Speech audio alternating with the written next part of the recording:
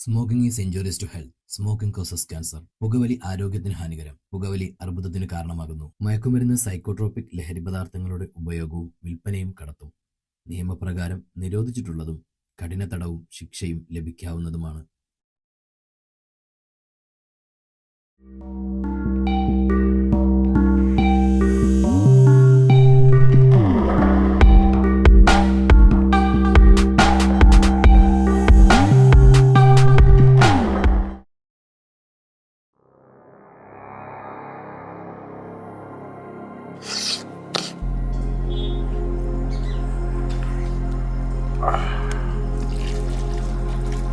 അടുത്ത ആഴ്ചത്തേക്കുള്ള സാധനപ്പെത്തും. ആ സാധനം എത്തും. കോളേജ് പരിസരത്തെ ചെക്കന്മാരുടെ ചെക്കിങ്ങുണ്ട്, ശ്രദ്ധിക്കണം. അത് ഞാൻ കൈകാര്യം ചെയ്തോളാം. വേണ്ട രീതിയിൽ ചെറുക്കന്മാരെ കൈകാര്യം ചെയ്താലല്ലേ സൂപ്പർ സാധനം.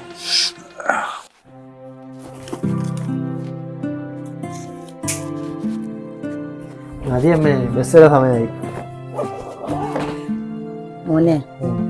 മോനെ എവിടെ പോയിട്ട് കുളിക്കുമ്പോഴെല്ലാം വളരെ ശ്രദ്ധിക്കണം. കഫക്കെട്ടും പനിയെല്ലാം വരും. ഞാൻ കൊച്ചുകുട്ടിയാണ് അമ്മേ. അമ്മ പറഞ്ഞിട്ടില്ലേ ഞാൻ അക്കൗണ്ട് പഠിക്കാൻ ബാംഗ്ലൂരിൽ പോകണം. അമ്മ എന്നെ ഓർത്ത് വിഷമിക്കണ്ട. അമ്മ അമ്മേനെ മരുന്ന് കറക്റ്റ് കഴിക്കുക, ആഹാരം കറക്റ്റ് കഴിക്കുക. ഞാൻ പോയിട്ട് പെട്ടെന്ന് വരൂലേ? എനിക്ക് അമ്മ മാത്രമല്ലേ ഉള്ളൂ. ബസ് വരാൻ സമയമായി. മോൻ ടെൻഷൻ അടിക്കണ്ട. ഞാൻ എൻ്റെ കാര്യങ്ങളെല്ലാം ഞാൻ നോക്കിക്കോളും.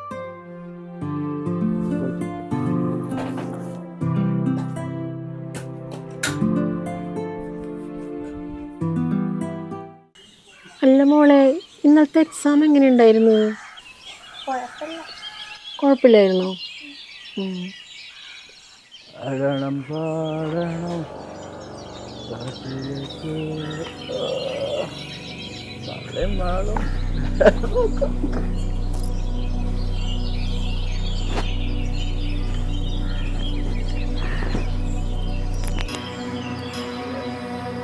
എന്തായി നോക്കണത്? കണ്ടല്ലേ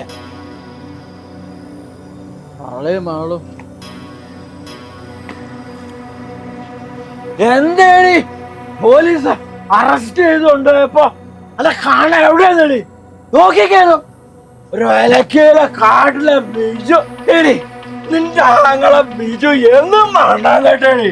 ഈ സ്റ്റേഷനിൽ ഞാൻ ഇറങ്ങൂലെന്ന് വിചാരിച്ചോ? ഞാൻ ഇറങ്ങടി, എനിക്കുണ്ട് ആള്.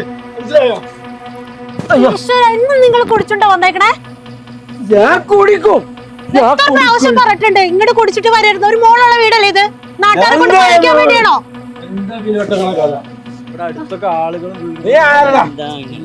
എന്റെ വീട്, എന്റെ പണം, ഞാൻ കുടിക്കും. എന്റെ എന്റെ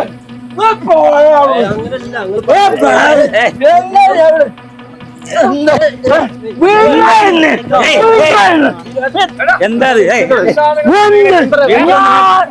ഞാൻ എന്റെ വീട്, എന്റെ വീട്, എന്റെ പണം. എന്താ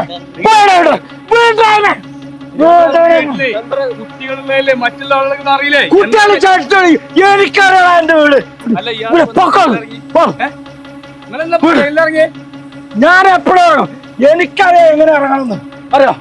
എനിക്കറിയാം. നിങ്ങളൊക്കെ ഇവിടെ നിന്ന് കഴിഞ്ഞാലേ നിങ്ങൾ കൂടെ ജയിലിൽ പോകേണ്ടി വരും. നിങ്ങൾ പോന്നാ നിങ്ങള് അതൊക്കെ റെഡി ആയിക്കോളന്ന്. എന്നൊക്കെ നമുക്ക് ആറ് ഉണ്ടാക്കാം, നമുക്ക് കാര്യങ്ങൾ ഉണ്ടാക്കാം. അല്ലാതെ എന്റെ വീട് ഇറങ്ങിപ്പോയിരുന്നു പാട്ടികള് ഏക്ക വക്കാലം കൊണ്ട് വന്നിരിക്കായിരിക്കും.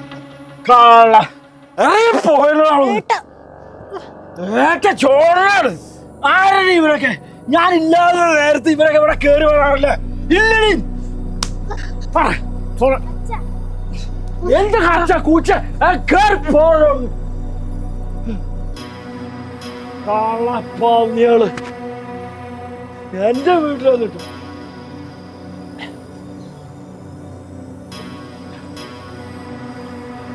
വാങ്ങണേ. എന്റെ വീട്, എന്റെ കാശ്. കാട്ടിലെ വീഴ്ച ഓപ്പ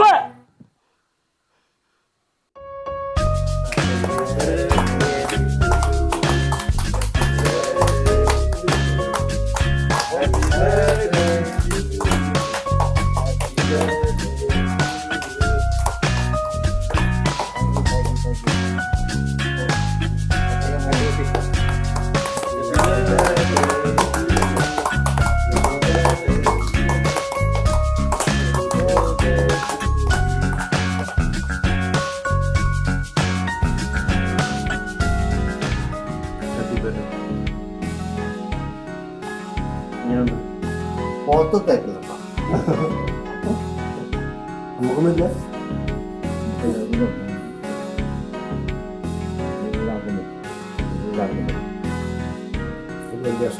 എത്ര വയസ്സായി? ആദ്യം ചേട്ടാ എത്ര വയസ്സായി? 42. അല്ല നിങ്ങളിപ്പോ ഇക്ക് തന്നില്ല ഗിഫ്റ്റ്. ഞാൻ നിങ്ങൾക്കൊരു പെട്ട സാധനം മോനെ ഒരു ലൈനിട്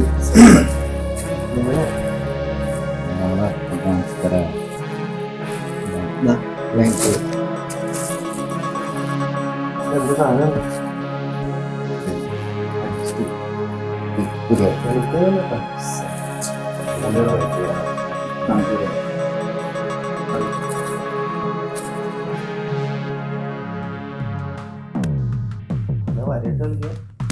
മച്ചു വലി മച്ചു ഒന്ന് പുലി ആദ്യം കാണിച്ചല്ലേ വിജയത്തെ കാണിച്ച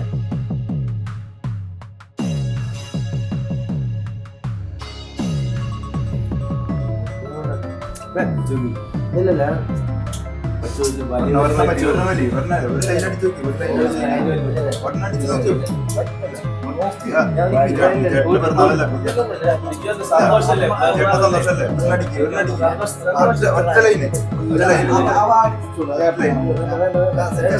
സന്തോഷത്തിന്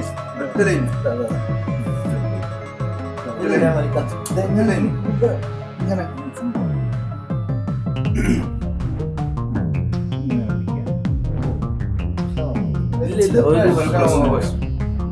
പ്രശ്നം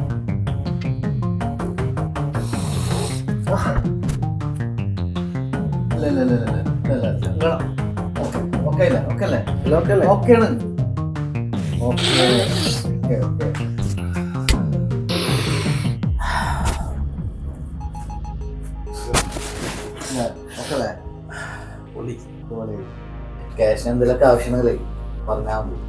ചേട്ടൻ്റെ കൂടെ ചേട്ടൻ്റെ പുതിയ കുടുംബത്താ പൊളിക്കണം അവനെ കൊണ്ട് സെറ്റാക്കണം. നമ്മളെ ബിസിനസ് ഒന്ന് ഡൗട്ടാണ്.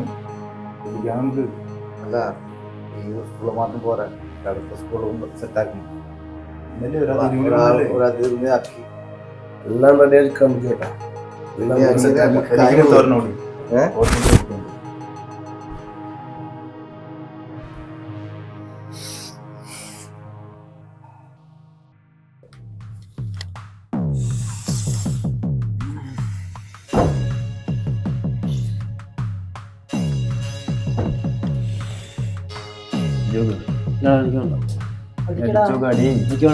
അന്ന് സീന വേണ്ട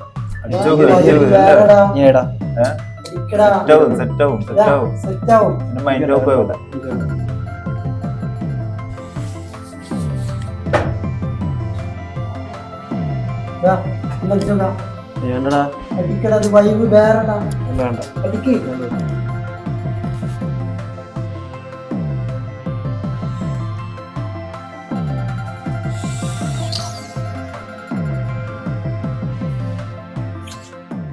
എടാ ഈ നിർത്തടാ. ഞാൻ ഉപദേശിക്കാന്ന് എനിക്ക് തോന്നുന്നു. കാരണം എന്താ വെച്ചാൽ അത്രയും നമ്മുടെ നാടിന് അത്രയും ഗുരുതര അവസ്ഥയിലൂടെ ഇയാൾ പോകും. ഇപ്പൊ എന്റെ ഏട്ടനെ പിടിച്ചില്ലേ, പിടിച്ചൊക്കെ പുറത്തിറങ്ങിയില്ലേ, അത് അറിഞ്ഞില്ലേ? എന്ത് പുറത്തിറങ്ങില്ല, അവന്റെ കയ്യിൽ നിന്ന് 0.5 കിട്ടിയിട്ടുള്ളൂ. ഈ 0.5 കിട്ടി നിങ്ങളൊക്കെ വിചാരം എന്താ? ജയിലിൽ പോയിട്ട് ജയിലിൽ പോകില്ലാന്നല്ലേ? അവന്റെ കയ്യിൽ നിന്ന് 0.5 കിട്ടി നോക്കണ്ട. അവന്റെ പിറകെ പോലീസ് എക്സൈസ് ഒക്കെ ഉണ്ട്. എന്തായാലും പിടിക്കപ്പെടും. ഈ ചെറുത് കിട്ടിയ ഇതിന് ക്വാണ്ടിറ്റി അളവുണ്ട്. ഇത് 22 year വകുപ്പിട്ട് വരെ ഇറങ്ങി കോടതിയിൽ ഫൈൻ അടച്ച് തീരുന്നത്. നിങ്ങളെ വിചാരം എന്താ? അവരെ ലിസ്റ്റിൽ പെട്ട്, അവിടെ റെഡ് മാർക്കിൽ അവൻ പെട്ട്, അല്ലെങ്കിലും അവൻ ലിസ്റ്റിലുണ്ട്. അപ്പോഴും ഇവന്റെ പിറകെ പോലീസ് ഉണ്ടാവും. അതൊന്നല്ല ഇവിടെ വിഷയം. ഇത് നിർത്ത്. ഞാൻ പറയുമ്പോൾ എനിക്ക് തോന്നുന്നു എനിക്ക് ഒരു ദേഷ്യം ഉണ്ടാവും. പക്ഷെ ഇത് നോക്കണ്ട, എൻ്റെ നല്ലതിന് വേണ്ടിയിട്ട് പറയണം. ഒരു കുടുംബം, ഒരാൾ ഇതിൽ രക്ഷപ്പെട്ടിട്ടില്ല. എനിക്ക് എന്നോട് പുച്ഛണ്ടാവും. പക്ഷെ പറഞ്ഞ ഇതൊന്ന് ശ്രദ്ധിക്കുക. എന്നോട് ഇഷ്ടം കൊണ്ട് പറയണം. യൂസ് ചെയ്ത് തോന്നണം. യൂസ് ചെയ്തൊക്കെ എന്ത് യൂസ് ചെയ്തിട്ട് കിട്ടും? ഫസ്റ്റ് എനിക്ക് ചിലപ്പോൾ എൻജോയ്മെന്റ് സുഖങ്ങളൊക്കെ കിട്ടും. പക്ഷെ അതൊക്കെ നഷ്ടപ്പെടും. ഒരു ടൈമിൽ നിനക്കൊക്കെ നഷ്ടപ്പെടും. എനിക്ക് ഇതിമ്മ നഷ്ടപ്പെടാൻ എനിക്ക് ഒരുപാട് സംഭവങ്ങൾ വരാണ്ട്. എന്ത് വരാണ്ട്? എനിക്ക് എന്റെ ഫാമിലിയായിട്ട് എനിക്ക് മുന്നോട്ട് പോകാൻ കഴിയില്ല. എനിക്കൊരു നല്ല രീതിയിൽ കല്യാണം കഴിച്ച് ജീവിക്കാൻ പറ്റുമോ? എന്റെ ഭാര്യ എന്നിട്ട് എന്റെ നല്ല രീതിയിൽ നിൽക്കാൻ കഴിയുമോ? ഫസ്റ്റ് എനിക്ക് ചിലപ്പോ നല്ല രീതിയിൽ അടിപൊളിയായിട്ട് പോകും. പക്ഷെ പിന്നെ എനിക്ക് എന്റെ ഭാര്യനെ സംശയം തോന്നും. ഭാര്യനെ സംശയം തോന്നും. പിന്നെ ഭാര്യനെ തെറി വിളിക്കണ, വീട്ടിൽ പ്രശ്നം ഉണ്ടാക്കണ, ഉമ്മാനെ ഇപ്പാനൊക്കെ തെറികൾ അനാവശ്യം വിളിച്ചു പോകും. പക്ഷെ അന്ന് ഈ അല്ല ചെയ്യാ, നോർമലായിട്ട് ചെയ്യുന്നതല്ലാതൊന്നും. അതൊന്നും എനിക്കിപ്പോ ഞാൻ പറയുമ്പോ എനിക്ക് പുച്ഛാണ് എന്നെ. പക്ഷെ ഞാൻ ഇപ്പൊ പറഞ്ഞത് ഓർത്ത് വെച്ചോ. എനിക്കിത് ഒരു ദിവസം എന്നെ തിരുത്തി പറയും. അതിനു വേണ്ടി പറയാം നിർത്തിയിട്ടില്ലേ എനിക്ക് നാശമുള്ളൂ. ഇപ്പൊ ഒരുപാട് ആൾക്കാരത് കേട്ടിട്ടില്ല, അങ്ങനെ ചെയ്തു ഇങ്ങനെ ചെയ്തു എന്നൊക്കെ. അങ്ങനെ ആവും. അതുകൊണ്ടാണ് പറഞ്ഞത് ഞാൻ നിർത്തി. നമ്മളെ വീട്ടിലൊക്കെ, സ്വന്തം വീട്ടില് നമ്മൾ പുറത്തിറങ്ങിയ കാണുന്നതും കേൾക്കുന്നതും ഇതാണ്. അതുകൊണ്ടാണ് പറയുന്നത്. എനിക്ക് എന്നോടുള്ള ഇഷ്ടം കൊണ്ട് പറയാം, ഇത് നിർത്തി, ഞാൻ നമുക്ക് നിൽക്കല്ലേ. ഈ ഉപദേശിച്ചിട്ട് നല്ല കാര്യമൊന്നുമില്ല. പൈസ വേണ്ടേ? പൈസ വേറെ മാർഗം. എടാ ഈ പൈസ വേണ്ട, ഈ പൈസ നിലനിൽക്കൂല. ഈ പൈസ എത്ര പൈസ ഉണ്ടാക്കിയാലോ നമുക്ക് നിലനിൽക്കൂല. ഇപ്പൊ പുതിയൊരു സംഭവം, പുതിയതല്ല. ഇപ്പൊ നിങ്ങൾ എന്ത് നേടിയിട്ടുണ്ടെങ്കിലും അതൊക്കെ കണ്ടുകിട്ടും, സ്വത്ത് കണ്ടുകിട്ടുക. ഈ എന്റെ അടുത്ത് ഒന്നും ഇല്ല ഈ വിചാരിച്ചോ, പക്ഷെ എന്റെ ഉമ്മാന്റെ അടുത്ത് സ്വത്ത് അടക്കം കണ്ടുകിട്ടുണ്ട്. അതുകൊണ്ടാണ് പറഞ്ഞത്, ഈ അതൊക്കെ നിർത്ത്. എന്റെ നല്ലതിന് വേണ്ടിട്ട് എന്നോടുള്ള ഇഷ്ടം കൊണ്ടാണ് പിന്നെ പറയണത്. എന്റെ ഉപദേശം നിർത്ത എന്തായാലും. വേറെ ആരും പറയും, എന്നോട് പറയണ്ട.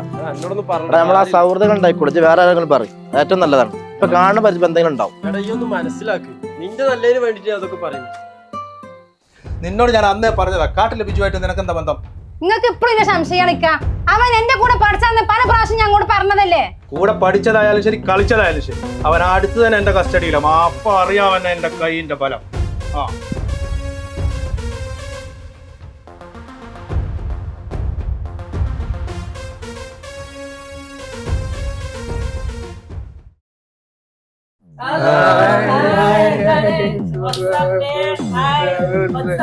നമ്മളെ കൊണ്ടൊന്നും പറ്റൂലടാ. അല്ല അമ്മോടെ അമ്മ എപ്പോഴൊന്നും വരൂല. ഏറ്റവും താനെ കാട്ടിലെ ബിജുവിന്റെ അളിയനല്ലേ? സാറിന് കാട്ടില് ബിജുവിനെ അറിയാലോ. ഞാൻ ബിജുവിന്റെ അളിയനാണേ. ഹലോ ബിജുട്ടാ, ഇക്ക നിങ്ങൾ പിടിക്കുന്നൊക്കെ പറയുന്നത്, നിങ്ങൾ നോക്കി കണ്ടൊക്കെ നടക്കണം കേട്ടോ. രണ്ടാക്കും ഹെൽമെറ്റ് ഒന്നും ഇല്ലല്ലേ? ഹെൽമെറ്റ് എടുക്കാൻ പറഞ്ഞു സാറേ. അങ്ങനെ മറക്കാൻ പാടില്ലല്ലോ. നിയമം മറക്കാൻ പാടുണ്ടോ? താനെ കാട്ടിലെ ബിജുവിന്റെ അനിയനല്ലേ? താനൊന്ന് നോക്കിയേ. പഠിച്ച് പെറുക്കിയിട്ടൊന്നും കാര്യമില്ല സാർ, ഇതിലൊന്നുമില്ല.